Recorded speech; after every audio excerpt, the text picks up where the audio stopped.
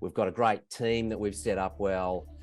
We're really clear about how we want to be successful. And it just struck me that, wow, despite all of the changes that we're all facing externally, there is so much that we can do internally to set up for success and be our best going into next year. And at Lighthouse, our whole purpose is essentially to accelerate transformation through leadership. It's to understand all of the things that are confronting us externally and internally, and give you as leaders tools and systems and processes to be successful, to grow with confidence, and to really set up those around you for maximum success. So we're delighted to have everyone here. It's going to be a big year next year, I'm sure of that. So we wanted to try and share some themes for you on what we see as some of the kind of core themes, I guess, that you'd be expecting to come next year in 2023. And then we wanted to sort of take a step back and say, well, based on that, what do you need to do perhaps to think about setting your leaders up for success in 2023? What could they be thinking about in terms of their leadership layers in the business? If you are a leader, or if you're leading leaders, or if you're leading people, what is it that is going to be important for you to be thinking about and navigating with your teams and with your people next year? Clearly, we all know about the pressures on business. We know the pressures on household with inflation. I see travel costs going up. We all have that experience ourselves, and multiple increase in travel costs. There's a potential global recession. We know about the war in Ukraine. I read recently about company profits are sort of falling. So there's some real issues facing business without question. But I think one of the main challenges for leaders is around employees. What is that new mindset of employees? How do we value their performance? And I've been reading of late that a lot of companies are putting in place some electronic monitoring of their performance at home when they're working in these hybrid situations. Is that a good thing or a bad thing? I think it's a bad thing, actually, because it really goes to the whole area you're encroaching on their lives. I think that whole reframing of productivity for employees is going to be a challenge. So leaders need to think about what are the new metrics need to be put in place. It's not about time on Zoom. It's not about I've had 10 Zoom meetings today, so therefore I've been productive. I think we need to really think about how to measure that. I think culture is going to be something that needs to reset and rethink. If we think about culture from an organisational point of view, culture is often set within an office. We think about the office being a major ship heading in one direction. Well, not a lot of people can join that ship because they're working from home. So I think the area of micro cultures is probably something to think about. It could be a flotilla of ships. They're still we're heading in the same direction, the same vision. Rethinking from a leadership point of view, how you work with those micro cultures is also a challenge. So overall, we can go a little bit further into this, but that area of productivity and valuing productivity and how you gauge that is going to be, I think, the big challenge in 2023.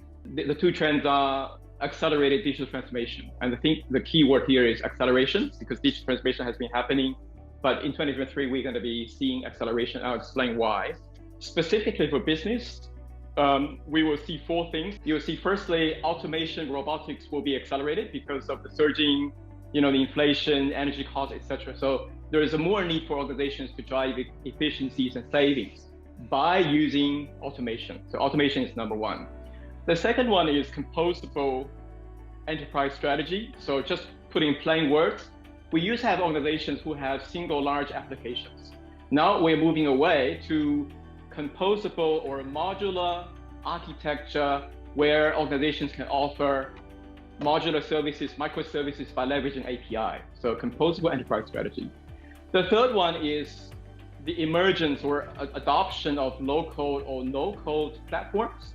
So put it simply, if you don't know any programming skills, you can now still do your own website and apps by using things like Glide, where there's no code required. So this has huge implications on organizations in terms of digital and IT work going forward.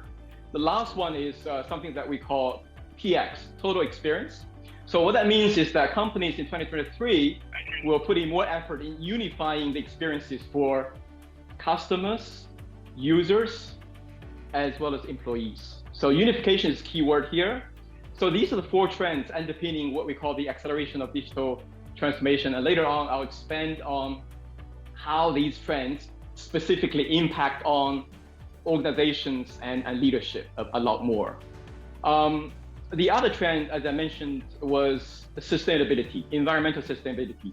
So for 2023, the big difference I think we're going to see is that if in previous years this is something nice to have, in 2023 these are going to be actions and accountabilities, right? So you're going to be seeing companies actually changing their corporate travel policies, limiting travel, right? Reducing in-person events, hybrid work models.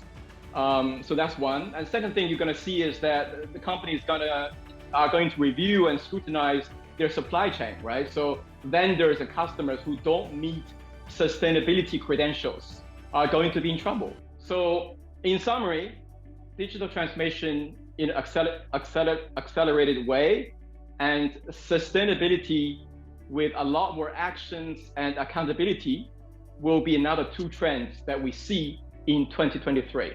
So, there's no doubt there's a lot of uncertainty. We know there's quite a lot of disengagement, quiet quitting, all of those things. Stephen mentions, sort of a greater need for direction for leaders. So just maybe start with now, from a leadership point of view, in terms of how do we manage some of this, or how do we try and solve for some of this? Could you talk to kind of your thoughts and experience with that? So I think that ambiguity is really exceptionally heightened at the moment. And what that means is this sense of this question of why am I doing this for individuals in an organisation? And I guess where I look at this is probably taking a risk perspective. If I put my CEO hat and look at an organisation, it really is an area of risk that perhaps has been underviewed, I think, in the past. There's the risk you talked about, losing talent, not being able to attract talent. I think the issue of productivity, what does productivity look like now? Because it's certainly different than even a couple of years ago. And then if you've got challenges across your productivity, then of course, trying to achieve the organisational objectives and goals is going to be really tough. And that is an area of significant risk. So I guess, what's my sort of key thought? It's really around what makes a great purpose. The simplest way for me is really, purpose is what gets you out of bed every day. I think it's important to really think about the difference between purpose and mission. I think sometimes they are confused. A mission tends to be more, I think, what the organisation is going to do, but the purpose is the why. And it naturally has a very emotive inner core. And I think the simplest way to think about that is, no matter what size the business or where the business began, it was started based on a human truth or an inner tension for the customer. And the purpose really is about resolving that tension for the customer. So it naturally is an emotive space. And by having the why around purpose, having a clearly articulated purpose, and coming back to Stephen's previous comment about making sure it's activated in the organisation, it's clearly articulated and it's lived, I think is really the only way to make sure that it becomes part of what everybody does every day, helps to provide clarity and reduce ambiguity, and then gets everybody moving in the same way. Whether you're in a micro culture or in a sort of a core culture, no matter where that is, purpose will help drive sort of the reason that everybody gets up out of bed every day and comes to work. I think the key thing is for leaders to really tap into that EQ element and understand more broadly what is important to people and how does that align. There's some research as well that it has identified that if leaders show humility and actually share their own purpose, that leads to better engagement of employees, and they're probably more enticed to share their own purpose and open up to their leaders. And that kind of conversation is really important when we think about the type of world that we live in now, that's not just about that face-to-face engagement, but we've got this remote working and hybrid working. So having those types of conversations to strengthen that connection is really important. Talking about purpose as well, and I'm using a bit of stat here or research because I think it's important to qualify, but McKinsey did some research recently where they identified that 70% of employees feel a sense of purpose in life is defined by work. So it's really important that we're making sure that people feel that they're getting that purpose fulfilled at work. And interestingly as well, over 60% of those people surveyed are actually seeking more purpose in their life.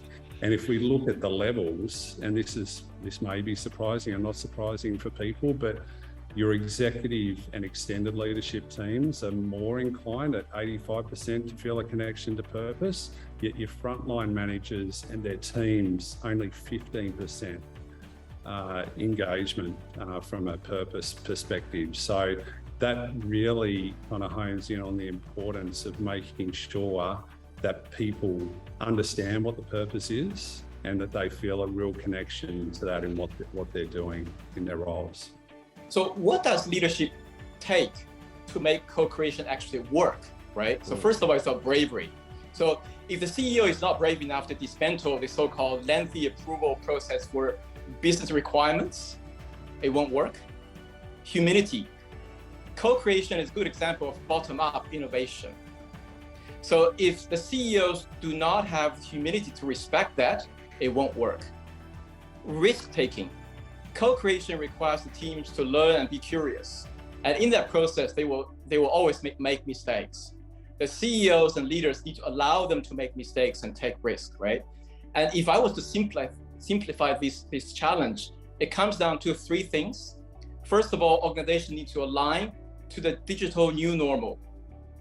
Design thinking, co-creation, bottom-up innovation. Second, implementation of changes with agility. So start with something small, focus on early wins, and from day one to change your processes, like business requirement processes. And finally, to many of the other panelists have said, empower people in the truest sense. So allow them to create, but also allow them to make mistakes.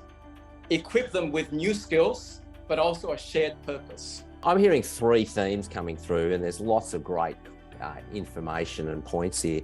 But one is around the need for balance, like balance with the whole total experience, balance between purpose and accompanying individual, about this whole total experience, about short-term, long-term. There's this real need to, and I think, Kate, you're talking about really from a business acumen point of view, balancing the different drivers of your business with value and costs. And so there's this, I think, nuanced skill of leaders to make great decisions next year, to strike better balance. And then the next thing was really this notion of co-creating.